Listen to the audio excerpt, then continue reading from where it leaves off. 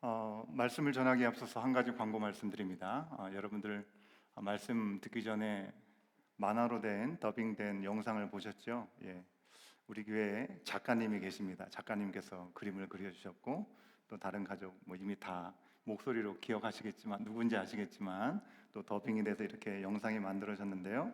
내년 1월 1일부터 주일을 빼고 291일 동안에 성경을 일독하는 시간들을 우리가 갖게 될 겁니다. 여러분에게 그냥 알아서 읽으세요 하지 않고요. 매일 링크를 보내드릴 거고요. 여러분 보시는 우리 공동체 바이블 성경으로 여러분이 읽으실 수 있도록 여러분에게 전달을 해드릴 겁니다. 우리 교회 이름을 찍어서 291일 성경 일독이라는 우리 성경 일독표를 여러분에게 나눠드리면 읽으신 대로 다 체크해서 이걸 내주시면 선물을 드린다고 했잖아요. 예, 선물이 있습니다. 예. 이렇게 생긴 선물인데요. 예. 작아가지고 잘 안 보이시겠지만 우리 교회 로고가 새겨져 있는 이 티스푼 세트를 여러분에게 드립니다. 여러분 사실 이거는 격려 차원에서 드리는 거고 말씀을 읽는 것이 우리 가운데 얼마나 중요한가 새해를 시작하면서 그런 기대하는 마음을 가지고 읽을 수 있으면 좋겠고요. 성경 일독표는 우리가 송구영신 예배 드릴 때 새해를 시작하면서 여러분에게 드리도록 하겠습니다. 우리 그때 애찬식을 하게 될 건데 그때 같이 전해드리도록 하겠습니다. 읽는 범위에 대해서는 우리 교회 홈페이지에 올려놓을 거거든요. 여러분들께서 어떻게 진행되는지 추후에 올라가게 되면 다시 한번 광고 말씀드리겠습니다. 참고하셔서 개인적으로도 성경을 계속 읽으시는 분들 계시겠지만 우리 교회 온 공동체가 정말 말씀의 숲에서 하나님께서 주시는 그 마음이 무엇인지 291일 동안 하나님의 마음을 온전히 우리의 마음에 우리 가정들에 담는 귀한 시간들이 됐으면 참 좋겠습니다. 이 시간 말씀 전합니다. 여러분 인도뿐만 아니라 전 세계에 지금도 아주 큰 영향력을 주고 있는 인도의 정치인이자 그리고 독립운동가였던 간디를 아마 아실 겁니다. 간디에게 하루는 어떤 어머니와 아들이 방문을 했습니다. 아들이 간디를 무척 존경하고 그리고 사랑하고 그리고 간디처럼 되고 싶어하는 그런 아들이었기 때문에 어머니는 이 아들이 갖고 있는 나쁜 습관을 좀 고치기 위해서 아주 먼 길을 찾아서 간디에게 찾아온 것입니다. 재밌게도 이 어머니의 고민은 여기 앉아 계시는 우리 부모님, 저를 포함해서 우리가 일반적으로 갖고 있는 그런 고민과 크게 다르지 않았습니다. 저 또한 자주 자녀들에게 하는 말인데요. 간디 선생님, 제 아들이 설탕을 너무 좋아합니다. 설탕을 너무 좋아합니다. 아주 심각하게 좋아해서 제가 아무리 말을 해도 듣지를 않아요. 그래서 제 아들이 너무나 사랑하고 존경하는 선생님께 데리고 왔습니다. 선생님이 설탕 먹으면 안 된다라고 한마디만 해주시면 너무 감사하겠습니다 라고 그렇게 제안을 한 겁니다. 아마 여기 앉아 계신 여러분들 자녀들이 끊임없이 팝소다 먹고 콜라, 사이다 이런 거 많이 먹으면 몸에 안 좋으니까 좀 절제하라고 얘기를 하실 거예요. 도너트도 그렇고 케이크도 그렇고 캔디, 초콜릿 좀 적당히 먹어라, 그만 좀 먹어라 이런 말씀들 많이 하실 거라고 생각합니다. 아무튼 이 말을 들은 간디가요 뭐라고 하네요. 간디는 그 얘기를 듣고 지그시 눈을 감았다가 입을 열었습니다. 그거 제가 도와드릴 수 있겠습니다. 그런데 지금은 아니고 보름 후에 다시 오시면 좋겠습니다 라고 얘기를 한 겁니다. 간디의 답을 들었던 어머니가 좀 황당하고 또 야속하기도 하고 당황하면서 말했습니다. 선생님, 저희가 얼마나 멀리서 왔는지 말씀드렸잖아요.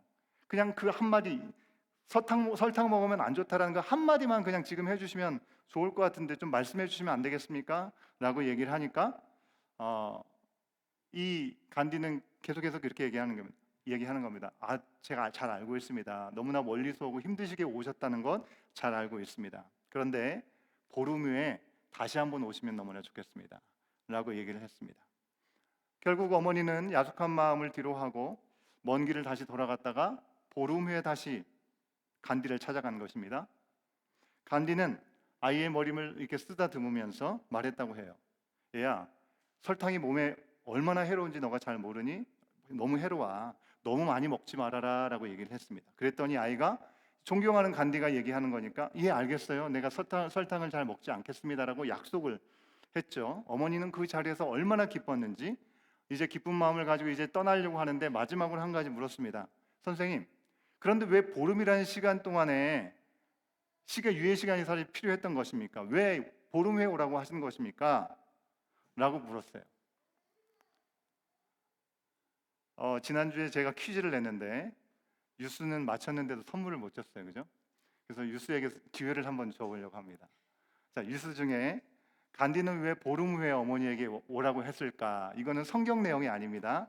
상식적으로 이래서 이랬을 것 같다라고 하는 것을 한번 얘기를 해보세요. 맞추면 선물 있습니다. 예, 보니까 아버지가 어떤 아버지는 아시는 것 같아요. 옆에서 힌트를 주시는 것 같기도 하고 자신 있게 얘기를 한번 해보시면 좋을 것 같아요. 없나요? 너무 쑥스러워가지고. 예, 기회는 날아갑니다. 예. 혹시 다른 분 중에 누구라도 좋습니다. 아시는 분? 왜 15일 후에 오라고 했을까요, 간디가? 어디서 얘기가 들렸는데? 본인이 설탕을 좋아해서 딩동댕 정답입니다. 우리 박수 한번 하겠습니다. 약속대로 10불짜리 스타벅스 쿠폰을 제가 전달해 드리도록 하겠습니다.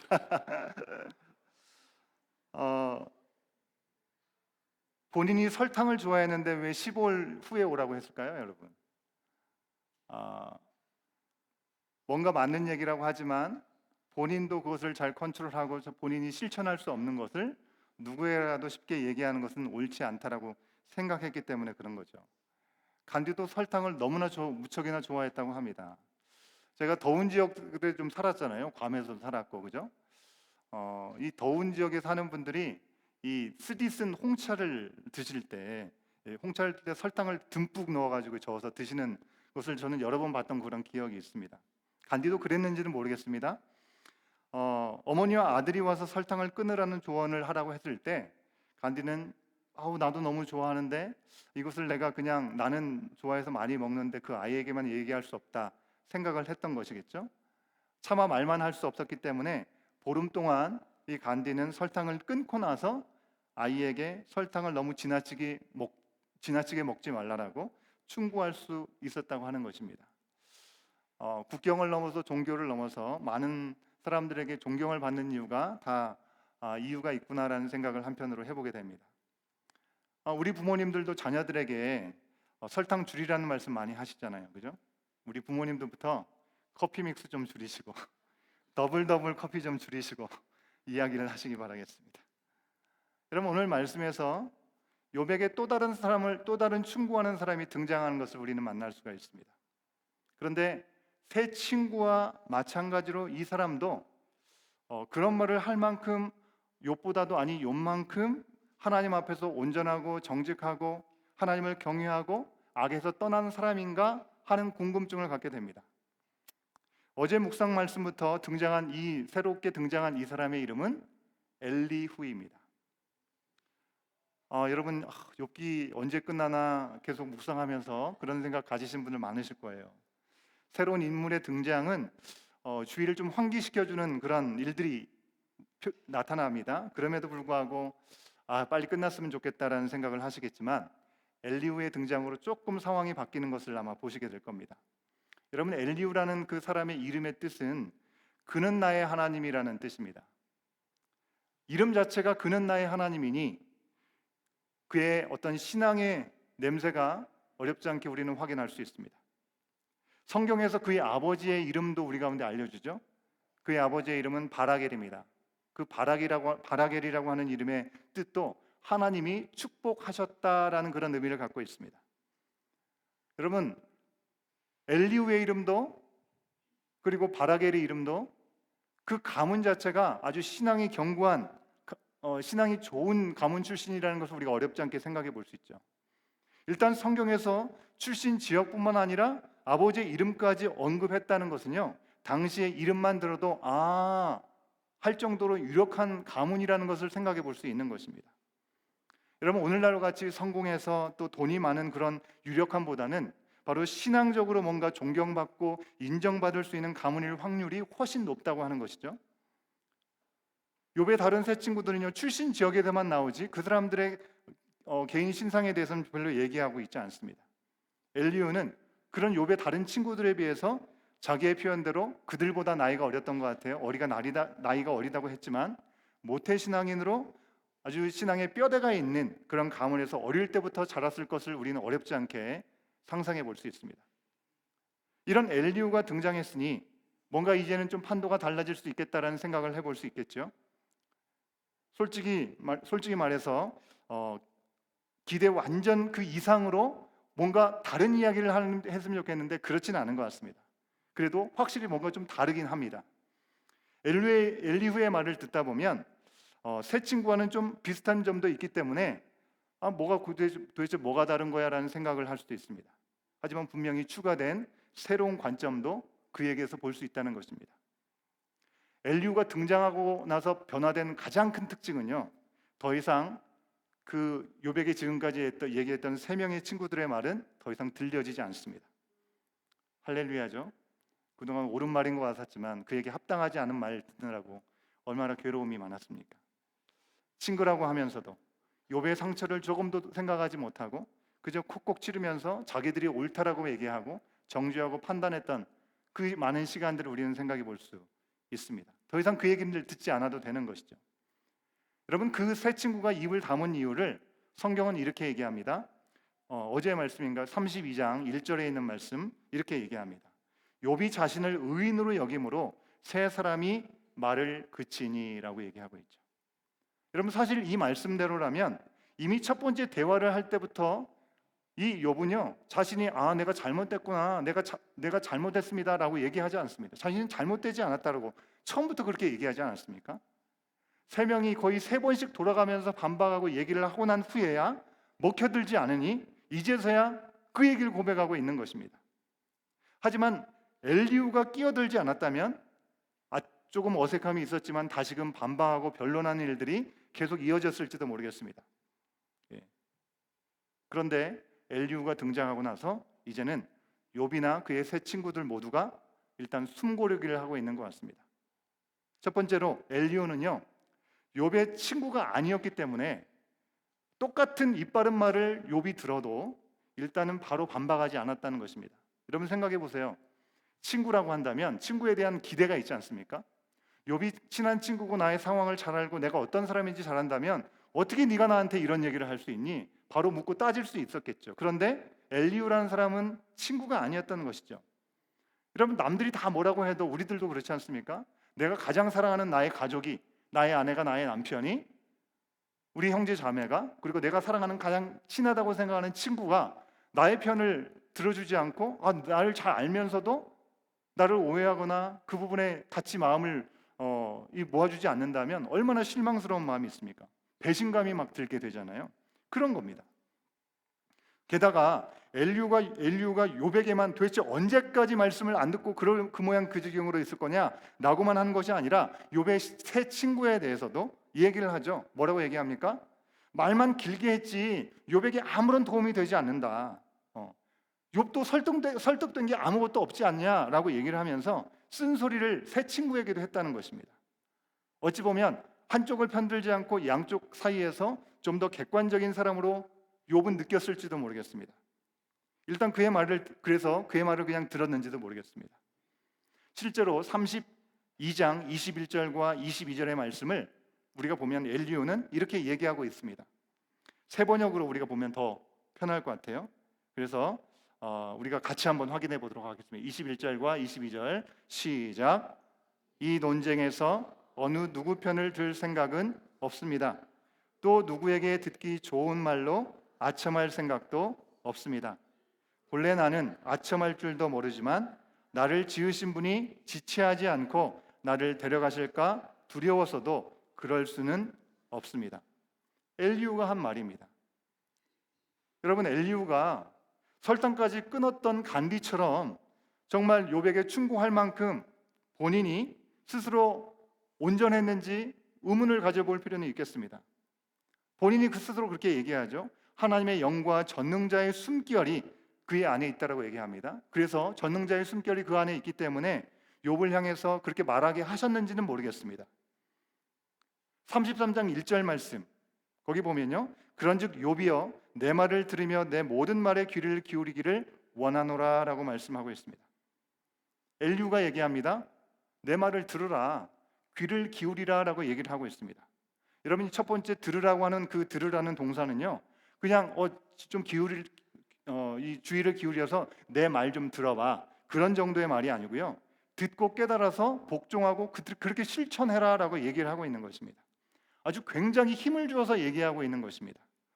여러분, 들으라, 이스라엘 백성들에게 하나님께서 선포하게 하신 말씀들이 얼마나 많습니까? 그 중에 이 들으라는 이 표현이 똑같은 표현으로 쓰여져 있는 것이 모세가 이제 가나안 땅을 입성을 앞두고 있는 이스라엘 백성들에게 확인시키면서 들으라 이스라엘아 라고 얘기하셨던 쉐마의 말씀을 여러분 많이 들으셨죠. 이스라엘아 들으라, 우리 하나님 여호와는 오직 유일한 여호와시니 너는 마음을 다하고 뜻을 다하고 힘을 다하여 내 하나님 여호와를 사랑하라. 그렇게 선포하면서 얘기할 때 들으라 라고 얘기했다는 것입니다. 그 단어하고 똑같은 단어입니다. 여러분, 지금 엘리후는 거의 스스로를 하나님의 메신저라고 생각하면서 욥에게 말하고 있는 것입니다. 아무튼 이제 욥도 그리고 욥의 친구들도 엘리후가 말할 동안에 반박하지 않고 조용히 듣습니다. 제가 남아있는 큐티 묵상에 대한 이 스포일러를 조금 하면, 여러분 이제 남은 욥기의 본문에서 여러분 더 이상 반박하고 변론하는 일들을 보지 않으실 것입니다. 할렐루야죠. 예, 더 이상 안 들어도 됩니다. 욥기의 묵상이 좀 어려우셨겠지만 그래도 실제로 이 욥의 이야기가 남의 이야기가 아닌 분들이 분명히 우리 가운데도 있잖아요, 그죠? 그런 사실을 우리가 기억하면서 남은 묵상 기간 동안 그냥 이 또한 지나가리라, 시간 지나면 욥기도 그제 곧 끝나겠지, 그런 정도가 아니라 정말 아픔이 있는 중에 있는 우리의 지체들이 있다고 한다면, 기억이 난다면, 그 이웃들이 있다면 함께 울고 함께 기도하고 말씀 앞에서 우리 자신의 삶도 깊이 돌아볼 수 있는 그런 시간을 욥기를 마무리하면서까지 우리가 가질 수 있기를 간절히 소원합니다. 욥기를 묵상하면서 혹시 여러분 지루하다는 마음이 들으셨다면 아마 그분은 이것은 나와 지금 상관이 없을 정도로 나는 상황은 평안하다 생각하시기 때문일 것입니다. 욥기를 묵상하시는 가운데 너무나 깊이 공감이 되고 그 말씀 자체가 위로가 되었다면 지금 정말 많이 공고해서 하나님만을 굳고 찾는 현재 진행형의 시간을 지내고 있기 때문일 것입니다. 여러분, 우리가 직접적으로 이 욥기 말씀이 다가오지 않는다 할지라도 꼭 언제 올지 모르는 미래를 대비하는 그런 마음이 그런 정도가 아니라 이 말씀이 우리의 고된 현실 가운데 마지막 지푸라기로 짚는 심정으로 갈급한 그래서 신음하고 울고 있는 단 한 명을 위해서라도 우리 교회 공동체 전체가 이 말씀을 묵상하면서 하나님의 뜻을 구하고 기도한다면 그 또한 정말 가치 있고 아름다운 그런 일이 되지 않겠나라는 생각을 해봅니다. 자, 말씀으로 돌아가 봅니다. 엘리후가 한 말 중에 일단 세 친구와 비슷한 말했던 내용 중에 비슷한 내용도 있고요, 조금 다른 관점으로 얘기하는 것이 있습니다. 무엇이었을까요? 첫 번째로 비슷했던 이 엘리후가 욥의 세 친구와 얘기했던 것이 비슷한 것은요, 즉 다시 말해서 욥의 세 친구와 엘리후의 같은 관점은 욥이 분명히 뭔가를 잘못했다고 생각하는 것이죠. 그리고 그렇지 않다고 욥이 말하니 더 잘못이 있다라고 얘기를 하는 것입니다. 욥기 33장 12절과 13절의 말씀도 우리가 세 번역으로 함께 확인해 보도록 하겠습니다. 함께 읽습니다. 시작. 그러나 내가 욥 어른께 감히 말합니다. 어른은 잘못하셨습니다.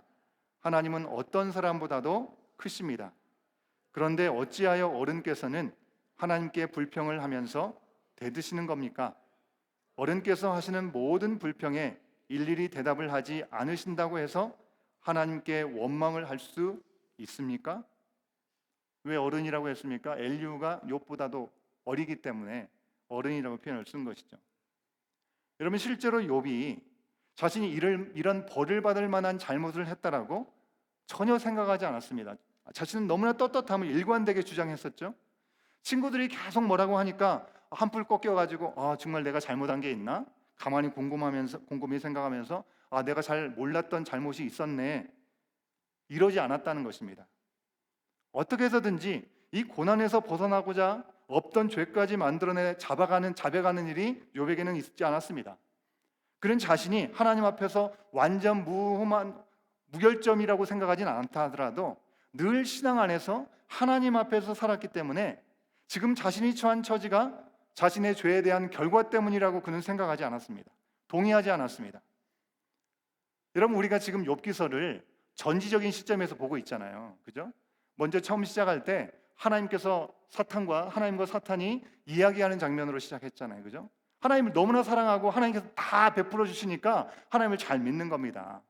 그걸 다 거둬가시면 하나님을 저주할 겁니다. 그런 얘기가 있었던 걸 우리가 알고 있잖아요. 그래서 욥이나 욥의 자녀들이 하나님을 떠나고 겉과 속이 다른 삶을 살아서 그런 것이 아니라는 것을 우리는 잘 알고 있습니다. 욥에게 일어난 일이 결코 일반적인 상황이 아니라는 것입니다. 욥의 친구들은요, 일반적으로 죄를 지은 결과로 고난이 찾아온다는 생각을 그대로 욥에게 대입을 한 것이죠. 억지로 적용하려고 했습니다. 하지만 그건 정말 아니었던 것이죠.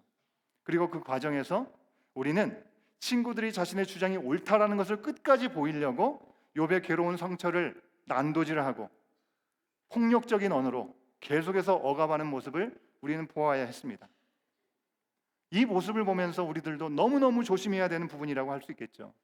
여러분, 우리가 하나님을 조금 경험했다고 해서, 우리가 말씀을 읽고 말씀에 대한 이해가 좀 더 있다고 해서, 내 삶에 구체적으로 찾아오신 하나님에 대한 경험과 이해가 있다고 해서 이런 폭력적인 일들을 얼마나 많이 자행할 때가 있냐고 하는 것입니다. 고난의 터널을 다 지나고 난 후에 마치 녹차 한 잔 마시면서 그때는 이랬었지 그렇게 할 수 있는 말들을 고난의 한복판에 지나가고 있는 사람에게 그건 이래서 그런 거야 저래서 그런 거야 라고 외줄타기 하는 정말 너무나 절박한 사람에게 그렇게 이렇게 해봐라 저렇게 해봐라 얘기하면서 얼마나 우리가 알게 모르게 사람들을 괴롭혀 왔는지를 욥기의 말씀을 묵상하면서 돌아볼 수도 있어야 된다는 것입니다. 여러분, 엘리후가 자신이 객관적이라고 말을 했지만 결국 그도 같은 주장을 반복하고 있죠. 그러니 우리가 답답하게 생각할 수 있는 부분이 있는 것입니다. 그가 했던 말, 인과응보. 여러분, 현실 속에서 우리 믿는 사람들도 인과응보 같이 뭔가 우리가 행한 거에 대한 결과로 어려움을 당할 때가 분명히 있습니다. 여러분, 하나님은 분명히 사랑이시지만 공의의 하나님이시잖아요. 공의로우시기 때문에 죄에 대해서 미워하십니다. 그 죄의 문제를 덮어갈 수 없기 때문에 죄의 문제를 해결하시기 위해서 이 땅에 독생자 예수 그리스도를 보내주신 것이고 십자가에 달려 죽게 하신 것이죠. 그리고 우리로 하여금 죄로부터 자유케 하는 은혜를 베푸신 거 아니겠습니까? 그 예수님을 믿음으로 우리가 자유로움을 얻고 주님의 자녀가 되었지만 그렇다고 해서 우리가 짓는 죄에 대해서 눈 감아주시고 아무것도 아닌 것처럼 그러지 않는다고 하는 것입니다. 죄에 대해서는 엄격하신 분이라고 하는 것입니다. 그래서 우리가 회개하고 돌아오기를 끊임없이 요청하시는 것이죠. 여러분, 다만 지금 욥의 경우는요, 그 경우가 아니기 때문에 새 친구들이 한 말이나 엘리후가 하는 그런 이론이 입 바른 말, 적합하지 않은 말이 될 수밖에 없는 것이죠. 아무튼 엘리후도 여전히 욥에게는 죄가 있다라는 생각을 했습니다. 그렇게 말을 합니다. 하지만 조금 다른 점이 있죠. 그 조금 다른 점은 그것 때문에 심판받았다라고 정죄로 끝난다라고 마무리하고 있지 않다라는 것입니다. 이것이 엘리후가 세 명의 친구와 조금 다른 점이라고 할 수 있습니다. 세 친구와 엘리후의 다른 관점은 엘리후는 하나님께서 심판하셔서 욥에게 고난이 있다라고 얘기하지 않고 하나님이 이 고난을 통해서 욥의 죄를 깨닫게 하시고 그를 회복하기 원하신다라는 데까지 나가고 있다라는 것이 다른 관점이라고 하는 것입니다. 여러분, 고난이라고 하는 것, 어린 자녀들 잘 들으세요. 고난은 생명의 빛을 우리 가운데 보여주기 위해서 하나님의 연단이라고 하는 것입니다. 단순히 정죄보다는 이 희망의 회복을 주고 있다는 것이죠. 아무튼 정죄만 해서 욥에게 도끼만 품게 하지 않고 새 친구는 그렇게 했죠. 그렇게 했다면 엘리후는 채찍만이 아닌 당근 대화를 시도하고 있는 것입니다. 욥기 33장 26절의 말씀을 같이 확인해 보도록 하겠습니다. 세 번역의 성경이죠. 함께 확인합니다. 시작. 그가 하나님께 기도를 드리면 하나님은 그에게 응답하여 주실 것입니다. 그는 기쁨으로 하나님을 섬기고 하나님은 그를 다시 정상적으로 회복시켜 주실 것입니다. 이렇게 회복된 욥, 사람들 앞에서 하나님의 회복과 구원을 고백하게 하실 거라고까지 그를 격려하고 있습니다. 좀 더 관대하게, 제너러스하게 말한 것이죠. 새 친구보다는 좀 낫다라는 생각을 할 수 있습니다. 하지만 그렇게 되는 전제에는 욥이 잘못했다라는 데가, 그런 전제가 있는 것이 조금 아쉽습니다. 그래도 100번 낫지 않습니까? 새 친구보다는. 여러분, 오늘 말씀에서 엘리후의 이 크게 다르지 않은 관점, 비슷한 관점, 또 추가된 새로운 관점, 이것에 대해서 욥은 다른 반박을 하고 있지 않습니다. 이어지는 말씀들에서도요, 욥은 새 친구들의 경우처럼 반박하지 않아요. 이제 욥은 엘리후의 말을 들으면서 격분했던, 너무나 속상했던 마음, 이것이 조금 가라앉았는지 조금 내려놓고 있습니다. 엘리후가 비록 적합한 말을 하지 않았지만 엘리후는 대신 화를 대신 내어줍니다. 그죠? 그리고 있는 모습 그대로, 조금은 그 모습 때문에 그가 잠잠해졌는지도 모르겠습니다. 여러분, 이런 모습을 살펴봤을 때 욥기에서 엘리후라는 인물이 도대체 왜 등장하는가, 그 이유가 무엇인지를 우리는 생각해 볼 수가 있다는 것이죠. 여러분, 도대체 왜 엘리후는 여기서 이렇게 등장하는 걸까요? 물론 엘리후라는 인물이 실제로 있었기 때문에, 그리고 말을 했기 때문에 등장하게 되었겠죠. 하지만 성경 속에 보면 정말 수많은 사람들이 등장하죠. 모든 사람이 등장하지 않습니다. 하나님께서 뭔가 메시지를 주실 때 그 사람들이 등장하게 되는 것이죠. 이 인물이, 엘리후라는 인물이 성경에서 빠지지 않고 자세하게 소개가 되고 그의 말도 소개된 데는 분명한 이유가 있습니다. 엘리후가 욥기 32장에 등장한 이유는, 첫 번째는요, 하나님 외에는 완벽한 충고를 할 수 있는 사람이 없다는 것을 우리 가운데 보여주시기 위해서인 것 같습니다. 앞서 말씀드린 대로 엘리후는 최대한 객관적이기를 원했습니다. 그리고 공평하게 욥에 대해서 영적인 해석을 해주려고 했습니다. 그를 도우려고 했습니다. 자신도 욥과 같이 동등한 사람이고, 그리고 긴장하지 말라고 그런 말까지 전했습니다. 하지만 오늘 본문의 마지막 절인 33절 말씀을 보면 결국 그도 무엇이라고 얘기를 합니까? 33절 보니까 대답할 말이, 당신이 나에게 대답할 말이 없으면 잠잠히 내 말을 들으라, 내 지혜로 가르쳐 주겠다라고 얘기를 하고 있습니다. 무슨 얘기입니까? 결국 엘리후도 스스로 적어도 지금은 내가 당신 욥보다 내가 좀 낫다, 내 말을 좀 들어라, 그 마음을 버리지 못하고 있다는 것입니다. 엘리후마저도 욥을 온전히 알고 이해하지 못하고 결국 그의 죄가 고난으로부터 시작된 것이다라는 것을 단정짓고 있는 것이죠. 여러분, 이 내용을 통해서 역시 우리와는 비교할 수 없는 우리 하나님만이 우리를 잘 아시고, 그리고 우리가 알지 못하는 것도 우리 하나님은 아시기 때문에 우리 가운데 완전한 지혜로 가르칠 수 있는 분이 오직 하나님 한 분뿐이라는 것을 생각해 보게 하는 것이 엘리후를 통해서 생각해 보게 되는 첫 번째 부분이라는 것입니다. 두 번째는요, 우리들이 누군가의 고난 앞에서 해야 될 일이라는 것은 그 고난이 왜 생겼는가를 해석하기보다는 같이 공감해 주는 것, 공감하는 것을 우리 가운데 알려주시기 위해서 엘리후를 등장시켰다라고 생각할 수 있을 것 같습니다. 여러분, 엘리후는 비록 욥이 죄를 지어서 고난당한다고 오해했지만 그래도 그를 정죄하기보다는 그의 희망적인 미래를 이야기하려고 했습니다. 그 작은 시도만으로도 욥은 반박하지 않을 마음이 별로 없었습니다. 그죠? 그래서 그 말을 그냥 잠잠히 들을 수 있었던 것이죠.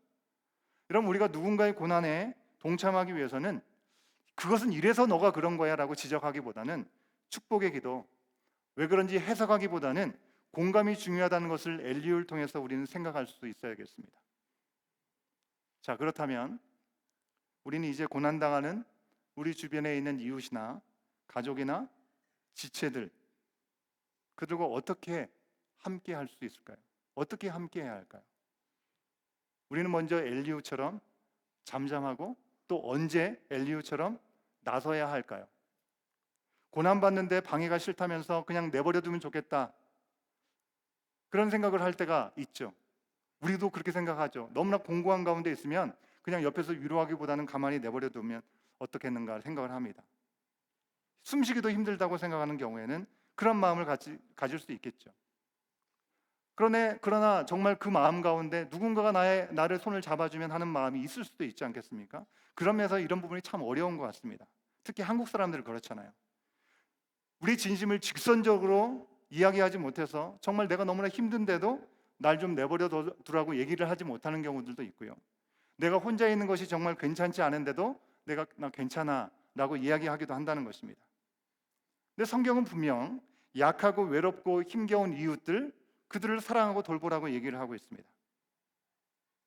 여러분, 하지만 그게 나의 어떤 진심이나 열심만으로 그걸로는 안 된다는 것입니다. 엘리후처럼 잠잠히 지켜보면서 잠잠히 있어야 될 때도 있고요. 때로는 정말 좀 거북하게 생각할지라도 말을 꺼내므로 더 어려운 상황들을 나가지 않도록 멈추게 하는 역할도 필요할 때가 있다는 것입니다. 여러분, 제가 목사여도 이게 참 힘들다라는 생각을 할 때가 참 많습니다. 때로는 진심을 오해받을 때도 있을지도 모릅니다. 여러분, 진심은 결국 통한다라는 얘기를 하지 않습니까? 근데 그게 모든 순간에 적용되는 것 같지도 않습니다. 하지만 예수님도 2000년 전에 우리와 함께 하시기 위해서 이 땅에 오셨을 때 세상에 있는 사람들이 예수님께서 나를 위해 오셨다, 모두가 그 진심을 알지 못했습니다. 모두가 환영하지 않았다는 것이죠. 하나님 예수님께서 잠잠히 하늘에 계실 때가 있었고, 그리고 나서서 이 땅에 인간의 몸으로 오실 때가 있었습니다. 또 지금도 우리 안에서 우리를 위해서 간구하시는 성령님이 우리와 함께 하시죠.